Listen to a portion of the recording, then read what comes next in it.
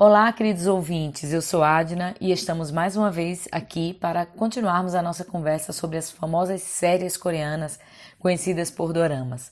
Nós assentamos as bases da nossa conversa e está firmada no princípio da adoração. Nós lançamos essas bases porque sabemos que a mudança cultural revolucionária começa com princípios, seja da cultura cristã como da secular. Hoje as artes e os esportes têm muitas vezes funcionado como uma religião substituta. Expressar-se com virtude através das artes e dos esportes é um presente de Deus, claro, mas como qualquer outra coisa boa, podemos deixar que essas coisas se tornem substitutos para Deus, e nós falamos sobre isso no primeiro podcast. Após o pecado, o ser humano tem a capacidade de desenvolver vícios em muitas áreas da vida, inclusive naquelas socialmente aceitas como trabalho, amizades, busca por conhecimento. Na verdade, qualquer coisa que nos traga satisfação pessoal, humanamente falando, tem o potencial de nos viciar. Outro nome para esse estágio se chama, segundo a palavra de Deus, idolatria. Tudo que toma o nosso ser e nos impede de cumprir os propósitos eternos de Deus na vida, na família, na igreja e na sociedade é um ídolo, se constitui um ídolo para nós. O mapa da vida está revelado na palavra de Deus. Tudo que foge dos princípios que estão na palavra de Deus tornam-se potencialmente um ídolo que tomará, cedo ou tarde, o nosso coração, fazendo-nos distanciar de Deus. No segundo podcast, alertamos para o engano que vem embutido no pacote cultural e como as famílias foram pegas desprevenidas. Sobre um mar de promiscuidade, pornografia e ideias contrárias a Deus, facilmente podemos nos enganar olhando para falsas ilhas, que na verdade são icebergs carregados de pecado, e cansados de nadar, tentamos nos escorar em suas bases, só para perceber que não eram a ilha, porém mais uma parte do mesmo oceano de pecado. Bases lisas que nos fazem tropeçar como família. Os jovens evangélicos que estão caindo nos vícios dos doramas, achando que estão promovendo uma cultura do bem conservadora, não entenderam que talvez precisem de um reavivamento urgente que vem pela meditação da palavra e da prática da oração. Depois de contaminados, somente Jesus poderá libertar da escravidão. Recebi inúmeras mensagens de mulheres e moças que estão ou foram libertas da escravidão dos doramas. Algumas outras me revelaram que seus maridos passam o tempo livre grudados nas telas, assistindo a essas futilidades. Dei uma varrida e encontrei páginas e perfis sérios que até eu acompanho, incentivando as famílias a assistirem os doramas. Uma querida amiga e irmã que trabalha em comunidades com famílias me escreveu e me incentivou a continuar alertando os pais. Ela leu os comentários nas postagens que fiz e ela percebeu que a temática do vício em dorama foi bastante abordada. Ela observou também que essas séries trazem uma ilusão de algo mentiroso que influencia a nossa realidade de vida e ressaltou que isso segue o mesmo padrão de quem vê a pornografia. Um exemplo disso é a tendência de querer que o cônjuge se comporte da mesma forma que um personagem que está assistindo. Uma esposa relatou a mim, mandou uma mensagem, dizendo que o vício começou a mudar a sua percepção do comportamento do seu marido. Depois que ela começou a assistir os doramas, ela começou a cobrar dele atitudes que ela via nas séries. E a minha amiga lembrou que há um jeitinho meigo, vamos dizer assim, de pecar contra Deus, se nós podemos chamar assim, né? E acrescentou alguns detalhes que eu quero compartilhar com vocês. Essa minha amiga me disse: o conteúdo dos doramas, infelizmente, está trazendo uma normalização da prostituição bonitinha, entre aspas. Doramas são inúmeras séries nas quais observa-se alguns pontos curiosos. Então vamos lá. O Rei de Porcelana. Nestas séries, o importante é amar as pessoas. Não importa se a personagem principal é um homem ou uma mulher. O tempo todo a série romantiza o amor entre o mesmo sexo. Existem cenas onde duas mulheres quase se beijam, inclusive uma se apaixona pela outra. Para quem está na trama, o amor é lindo, e aqui reside o perigo das meninas imitarem esse comportamento. Esta é uma porta que está se abrindo para o homossexualismo dentro de muitos lares cristãos. Há ainda outros com casos semelhantes a esses. Amigos que se apaixonam pelo amigo, fica com raiva da mãe e no fim diz: "Tá tudo certo, meu filho", a mãe diz para o filho. Em outra série, uma jovem se apaixona por uma mulher casada, que só tem a intenção de ajudá-la. Veja só, essa mulher acaba se divorciando, pois o seu marido se apaixona pela jovem, que é lésbica. Essa é uma das séries mais famosas no Brasil. E detalhe, eles não são os personagens centrais, então não tem problema. E isso, é claro, é uma ironia, pois a abordagem para a mudança da cultura é bem sutil. No que coloca essas coisas nos personagens coadjuvantes, passa quase que desapercebido daquelas pessoas que estão bem envolvidas nas tramas. Outro aspecto é sobre a religiosidade, que eu já comentei no podcast passado.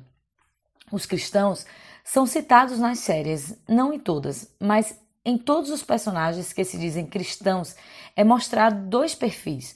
Ou eles são gananciosos, fazem tudo por dinheiro, ou eles são confusos na fé, servindo a outros deuses.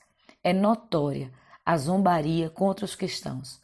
Já Confúcio é sempre exaltado, juntamente com o culto aos mortos, aos antepassados e também ao tarô. E essa minha amiga concluiu com este longo e simples comentário. Dá para concluir que não estamos falando de uma arte fofa, entre aspas, pois não tem cena explícita de sexo. Estamos falando de sutilezas dos ataques contra a Igreja de Cristo. Mas ela também me falou sobre as estratégias para prender os telespectadores, e é aqui que eu quero enfatizar. A forma como dão ênfase no rosto, nas expressões faciais, nos gestos em câmera lenta, na trilha sonora arrebatadora. Tudo isso mexe com a mente e prende os sentidos que ficam como que adormecidos. Tecnologias, meus irmãos, viciam. A própria natureza da tela, por si só, foi feita para capturar nossa atenção. A tela deseduca o sentido da visão. Para adultos isso já é ruim, mas para as crianças e adolescentes é ainda mais altamente prejudicial. A verdade é que esta geração está brincando de consumir drogas que esta cultura oferece e não percebe a alegria infinita que lhes é oferecida por Deus em sua palavra. Esta geração adora as coisas e os passatempos. A grande quantidade de canais de entretenimento e a quantidade de horas que passamos nos distraindo expõe o nosso amor por essas coisas. E não apenas amamos essas coisas. O pior é que amamos coisas desnecessárias que nos roubam o tempo. A cultura oriental está modelando este vazio interior. Se é que modela vazios, né? Se é que existe isso de modelar vazios. Essa é a cultura que tem levado muitos ao suicídio e falta de propósito na vida. Experimenta-se um sentido de comunidade, de tradição e significado compartilhado, para depois sentir a falta de convicção e valor pessoal. O vazio alimentado vai buscar a experiência de ser continuamente preenchido pelo consumo daquilo que aumenta ainda mais o vazio. Não sei se vocês conseguiram entender essa história aí de modelar ou de encher ou de alimentar o vazio que há na alma.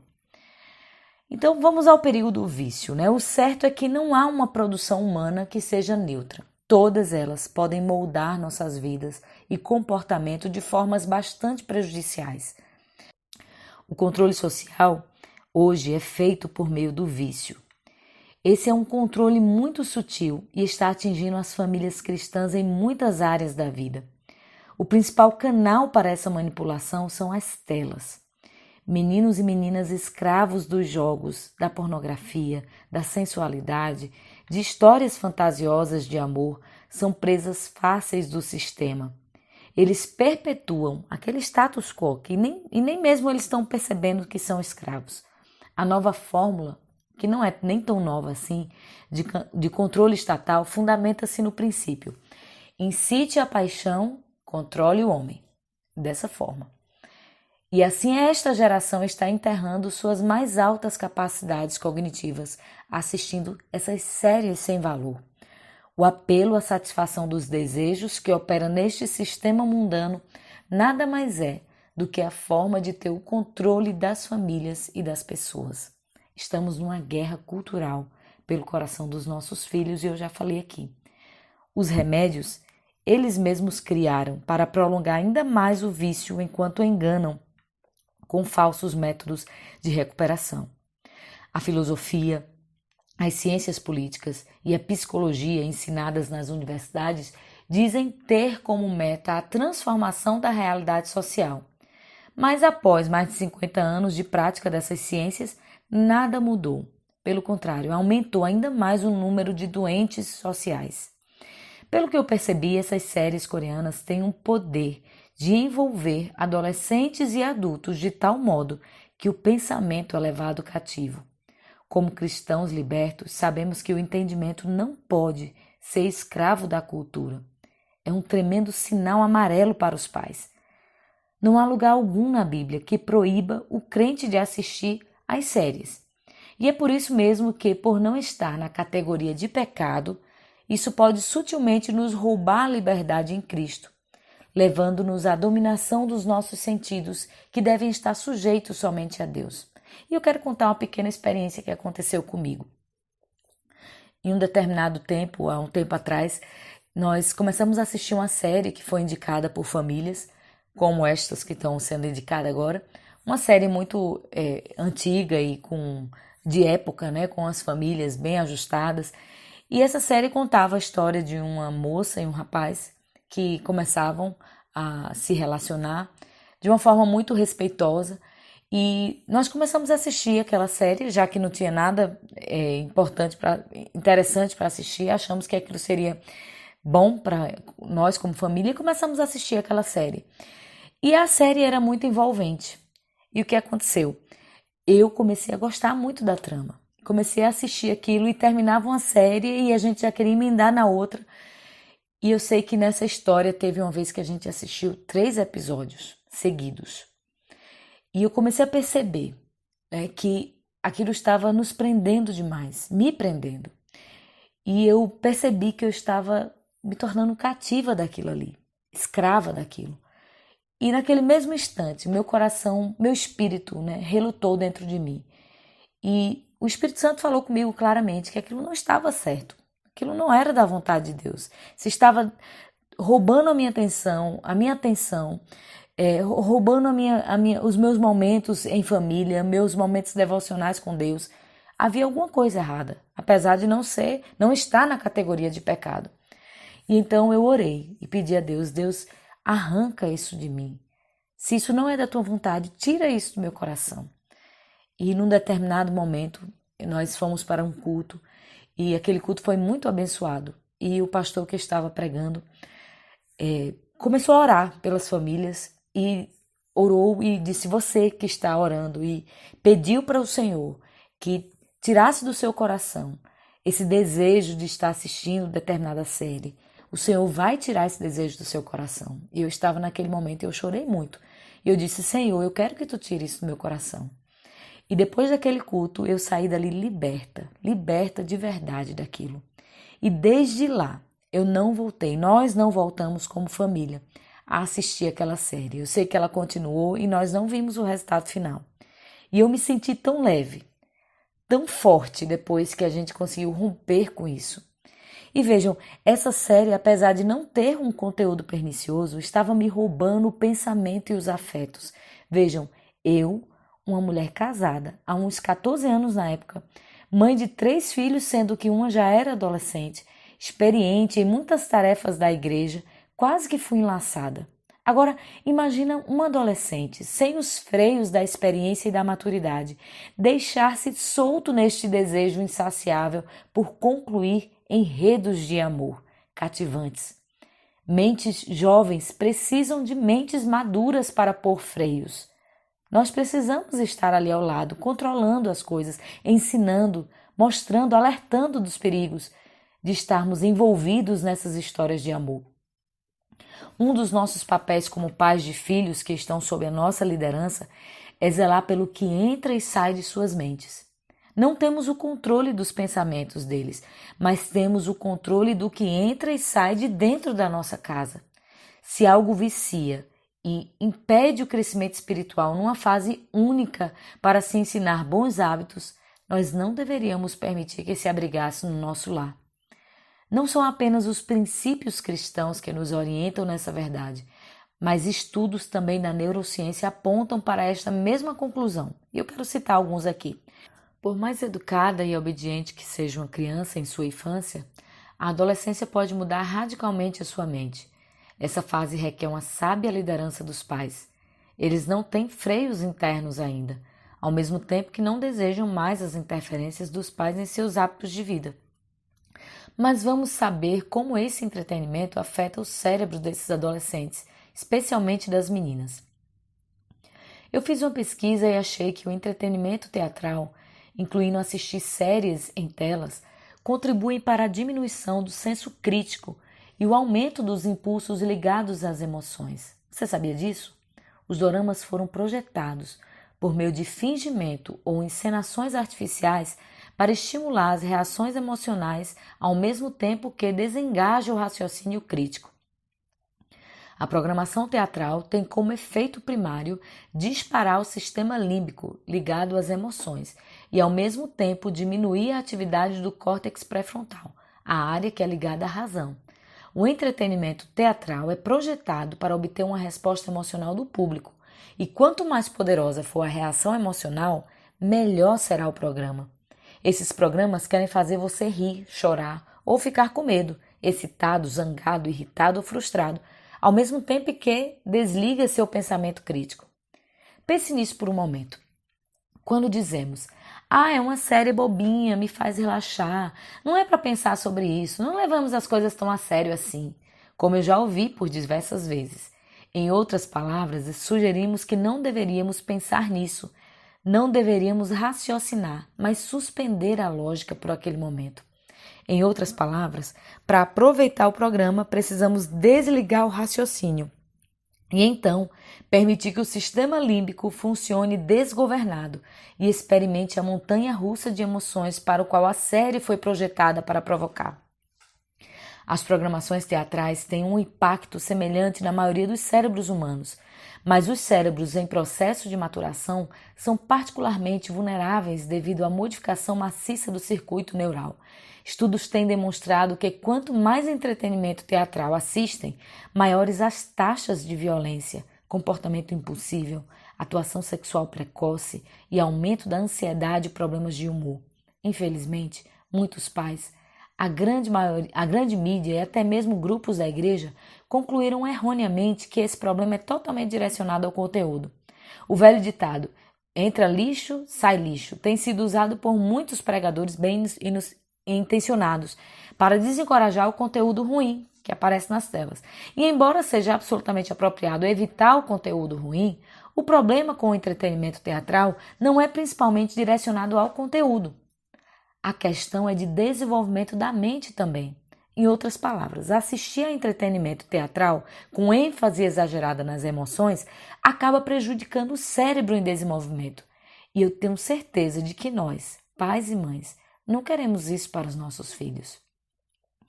Deus nos programou de tal forma a usarmos nossas faculdades superiores a fim de elevarmos o nosso espírito a Ele, sem distrações.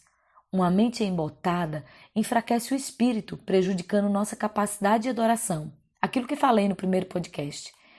Por isso, o grande interesse do inimigo é embotar as mentes. Há esse interesse dele. O Senhor procura verdadeiros adoradores que o adorem em espírito e em verdade.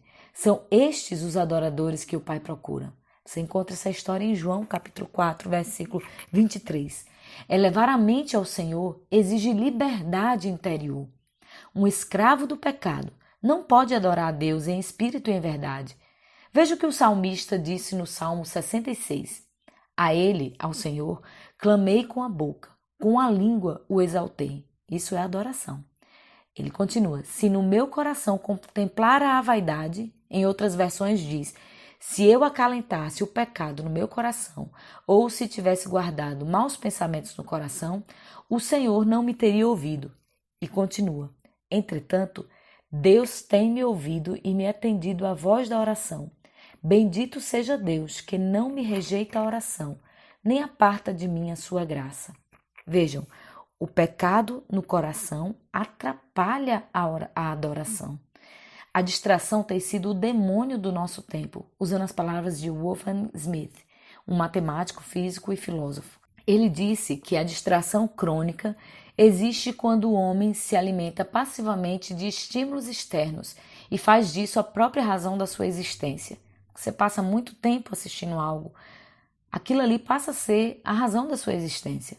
É um estado que viola um princípio fundamental, a obrigação de limitar ou de receber seu próprio alimento mental através do exercício do poder de nos autocontrolarmos. Veja que sério.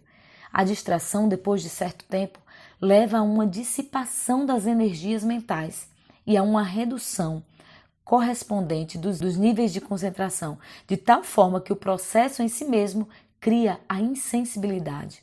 A primeira coisa que perdemos é a capacidade de nos concentrarmos naquilo que é transcendente, espiritual. E isso nos mostra a perda da nossa inteligência mais elevada, da nossa liberdade real. É certo que nós nos transformamos naquilo que contemplamos. Você lembra de Asaf no Salmo 73? Ele contemplou os homens da terra e ficou emocionalmente abatido. Veja o que ele disse: quanto a mim, porém, quase me resvalaram os pés. Pouco faltou para que se me desviassem os passos, pois eu invejava os arrogantes ao ver a prosperidade dos perversos. Para eles não há preocupações, o seu corpo é sadio e nédio. Não partilham de canseiras dos mortais, nem são afligidos como os outros homens. E aí segue a lista das coisas que ele olhou e ficou com inveja. E é assim mesmo, né? Quando nós passamos muito tempo assistindo a vida dos outros, seja a vida dos artistas nessas séries ou em outros filmes, seja também de amigos nas redes sociais, pessoas nas redes sociais. Logo bate aquela tristeza vem sobre nós e nós ficamos abatidos. Isso quase tirou Asaf do caminho de Deus. Mas ele disse: até que eu entrei no santuário de Deus e então compreendi. A adoração a Deus usa os recursos da mente, traz luz, visão clara da cultura que nos cerca. Veja, ele entrou no santuário e compreendeu. Depois dessa nova contemplação, Asaf eliminou aquela amargura do coração, aquela inveja no íntimo que o fazia agir insensatamente. E ele mesmo disse: eu era como um animal irracional. Olha aí a expressão. Enquanto ele assistia à vida dos ímpios, ele era como um animal irracional. E é isso mesmo. Quando admiramos a beleza e a prosperidade dos ímpios, nós nos tornamos irracionais. Deixamos de usar nossa mente. Tornamos-nos escravos. Você percebe por que essa cultura de entretenimento através das telas é tão perigosa? Ela domina nossos sentidos e por fim nos embrutece. E embrutecer é ficar bruto, estúpido, sem razão. Ou seja, nós nos transformamos naquilo que adoramos. Mas o Evangelho trabalha de forma oposta a tudo isso. Ele não ludibria, não engana. Ele chama a razão. Jesus nunca usou de técnicas de manipulação para atrair as pessoas. Pelo contrário, ele disse: quem quiser vir após mim, negue-se a si mesmo, tome a sua cruz e siga-me. E ele disse em outro momento: sereis perseguidos por causa do meu nome e no mundo tereis aflições. Paulo nos diz que o Senhor nos libertou e que não devemos nos tornar escravos dos homens, nem da carne, nem do diabo. Paulo disse que ele, Deus, nos libertou do império das trevas e nos transportou para o reino do Filho do seu amor, no qual temos a redenção, a remissão dos pecados, e que nós, os que vivemos de acordo com o Espírito, não somos escravos da carne, porque temos a mente orientada para satisfazer o que o Espírito deseja. E essa mentalidade nos traz vida e paz. Não estamos mais submissos à carne. E se vivemos de acordo com a carne, certamente nós morreremos. Todos os que são guiados pelo Espírito de Deus são filhos de Deus. E este Espírito não nos escraviza, antes nos adota como filhos. A forma de combatermos isso é enchendo-nos daquilo que nos faz pensar, daquilo que estimula o pensamento e não nos traz um prato pronto, somente para nos deliciar. Mas isso dá trabalho, não é? E muitas vezes é isso mesmo que nos leva a ceder diante dos apelos dos nossos filhos. mas é preciso resistir ao espírito preguiçoso e indolente que nos impede de pensar e investigar. A Bíblia nos chama a arrazoar, ponderar, investigar o caminho. Para o bem de sua própria alma, ouse decidir sobre aquilo que você crê e ouse ter uma visão absoluta sobre a verdade e o erro. Nunca tenha medo de defender opiniões doutrinárias categóricas e não deixe que o temor do homem e o receio de ser considerado intransigente façam com que você se contente com um cristianismo apagado e sem vida, disse Ryle. Se você quer fazer um bem para esta geração, precisa lançar fora a indecisão e adotar uma religião categórica, inconfundível e que possua doutrinas estabelecidas. O meu temor é que, cansados de combater o mal descarado que há nessa cultura, nós acabemos por sacrificar os princípios divinos em prol da paz.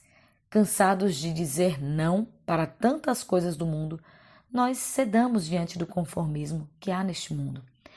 Temo que no desejo de ser tolerante nós baixemos a guarda, que impede que as raposinhas destruam o jardim do nosso lar, ao cultivar o vício no lugar da virtude.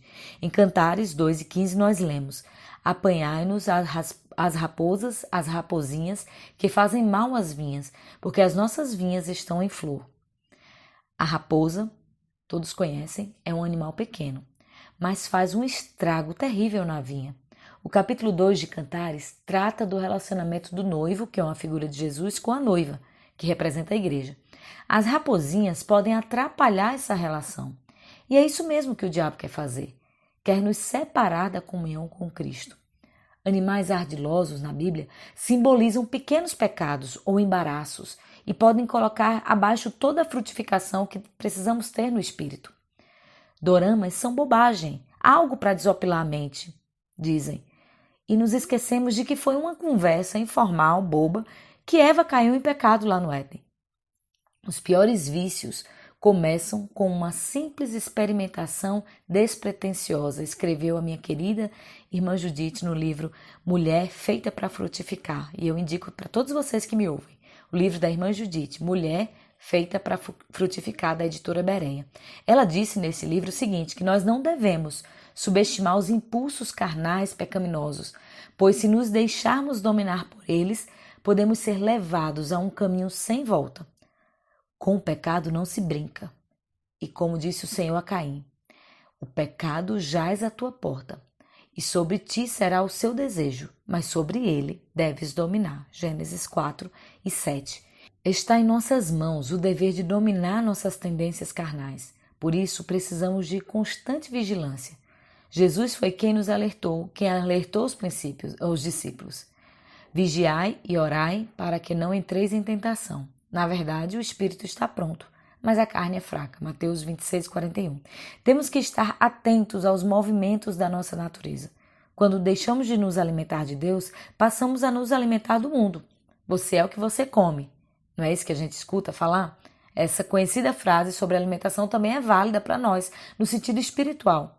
Daí a importância de estarmos atentos para que não adubemos nossa terra com substâncias que poderão nos causar enfraquecimento, esterilidade e até morte. Eu falei sobre isso também no primeiro podcast.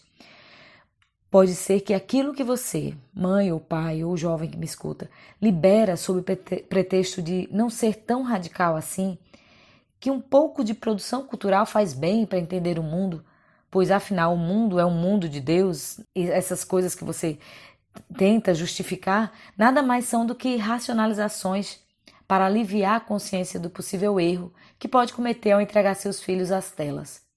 Hoje, quase toda proposta de trazer mais liberdade para a família tradicional é simplesmente uma proposta para trazer a tirania ao mundo.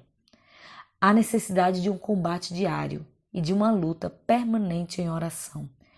Veja o que Paulo disse, mas esmurro o meu corpo e o reduzo à escravidão, para que, tendo pregado a outros, não venha eu mesmo a ser desqualificado.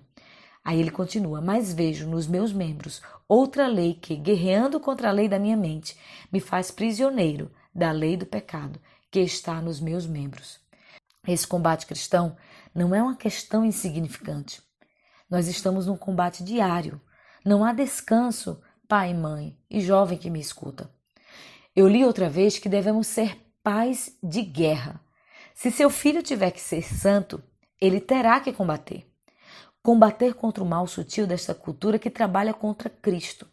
Somos ou não somos soldados do céu neste mundo? Usando a expressão de Tozer, muitos crentes se comportam neste mundo como se estivessem em um grande parque de diversões e não num campo de batalha. O entretenimento está aí para desviar o nosso foco da guerra que temos que lutar e acaba nos distraindo.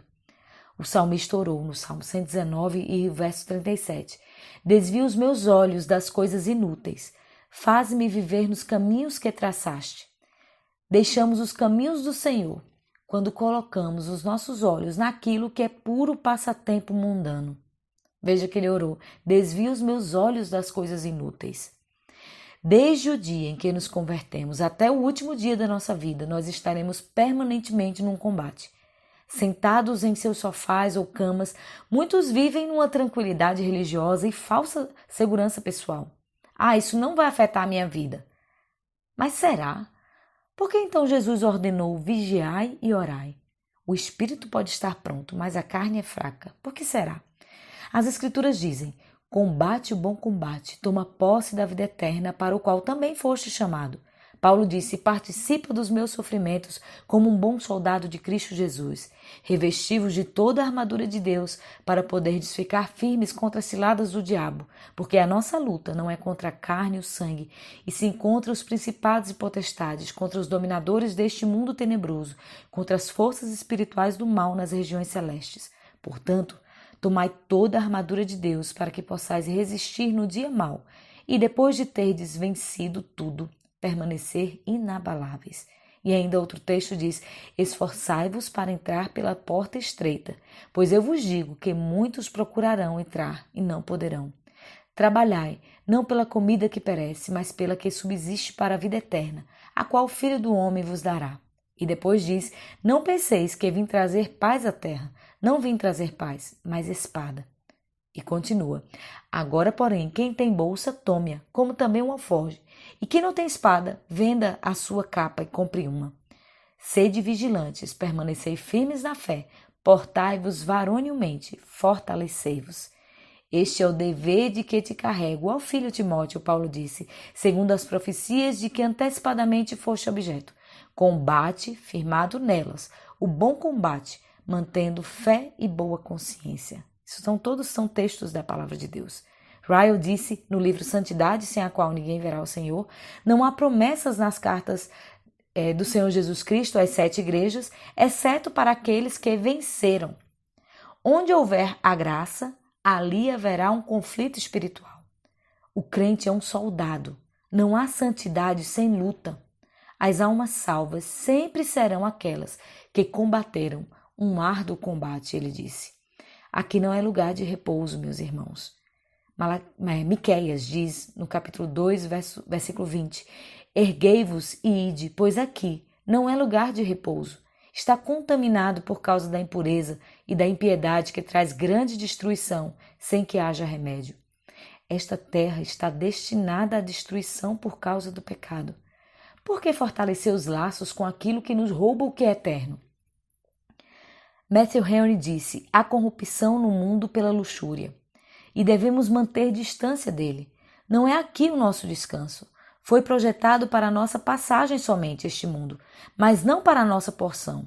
Nossa pousada, mas não nossa casa. Aqui no mundo não temos cidade permanente. Levantemo-nos, portanto, e partamos. Procuremos a cidade celestial. Nosso descanso, meus irmãos, nos espera na eternidade. Não podemos enfraquecer nossos ânimos. Hebreus, capítulo 4, versículos do 9 a 11 diz, ainda há um descanso definitivo à espera do povo de Deus, porque todos os que entraram no descanso de Deus descansam de seu trabalho, como Deus o fez após a criação do mundo. Portanto, esforcemo-nos para entrar neste descanso, mas se desobedecermos, como no exemplo citado, nós cairemos. Ryle disse, um filho de Deus caracteriza-se por 2 grandes sinais. Ele pode ser reconhecido tanto por sua guerra interna, quanto por sua paz interior. E é isso, pais, mães e jovens que me escutam. Será um combate eliminar esse mal do seu lar. Não será fácil, vai ser difícil, mas não tem outro caminho. Precisamos ser fiéis ao que nos chamou. Comecemos por ser fiéis nas devoções familiares. Oração, leitura da Bíblia, culto doméstico, comunhão na igreja. Como é que está a sua ida à igreja? A ida da sua família à igreja? Culto doméstico. Uma boa dose também de modelos saudáveis de vida vão nos ajudar a vencer como família neste mundo. Não é fácil, mas nós vamos vencer. Dizer não e manter-se firme é talvez o maior desafio cristão diante da correnteza do mundo que quer invadir o nosso lar. Eu creio que o Deus que nos deu filhos nos dará também a graça e a força para vencermos este mundo. Igreja, irmãos que me ouvem, nós contamos com vocês. Fala aqui em nome de todos os pais, líderes de adolescentes e jovens, irmãos que estão na luta aí na igreja. Nesta luta pelo coração dos nossos filhos, nós contamos com vocês. Ajudem-nos nisso. E eu quero concluir esse podcast com um texto que está em 1 Coríntios, capítulo 6, versículo 12, que diz assim: Paulo disse: todas as coisas me são lícitas, mas nem todas as coisas convêm. Todas as coisas me são lícitas, mas eu não me deixarei dominar por nenhuma delas. Doramas estão dominando a sua vida, meu irmão? Minha jovem, família, pai, mãe. Doramas estão na categoria de coisas que não convém a um crente? Pense nisso. Eu sou Adna Barbosa e este foi o terceiro podcast da série Doramas, o novo ídolo das telas.